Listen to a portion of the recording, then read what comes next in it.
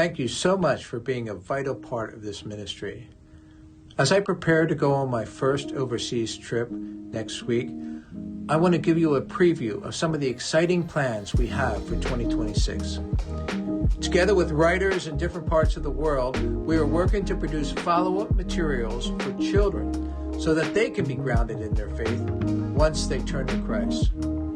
We are expecting to impact thousands of children this year, and potentially millions if the denominations adopt our materials as they have indicated. In 2026, we are refining our materials to bring out more of the personal nature of new believer faith and relationship with God, as we emphasize their new identity of being children of God. We expect new believers all over the world will have an even stronger and more unbreakable connection with God.